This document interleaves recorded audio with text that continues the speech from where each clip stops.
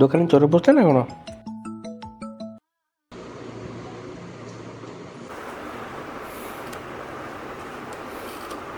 Hello police station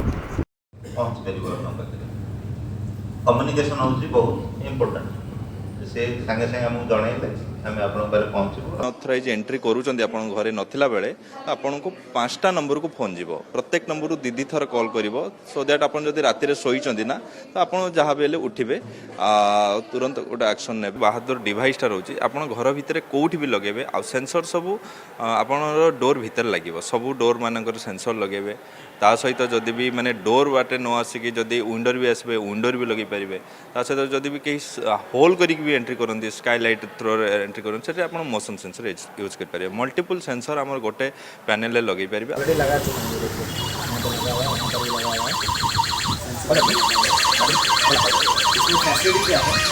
बहुत अच्छा लगा मुझे। सपोज अभी बंद करके जाते हैं हम एक्टिव कर देते हैं तो कोई भी शटर खोलता है या तो फिर ग्लास खोलता है तो ऑटोमेटिक कॉल जाता है, हमको डायरेक्टली कॉल आता है।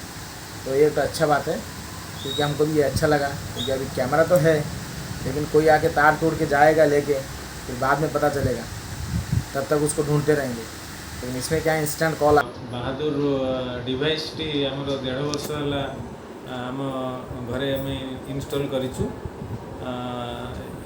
बहादुर डिवाइस द्वारा आम बाहर को गला बेले आम सुरक्षित मन System armed.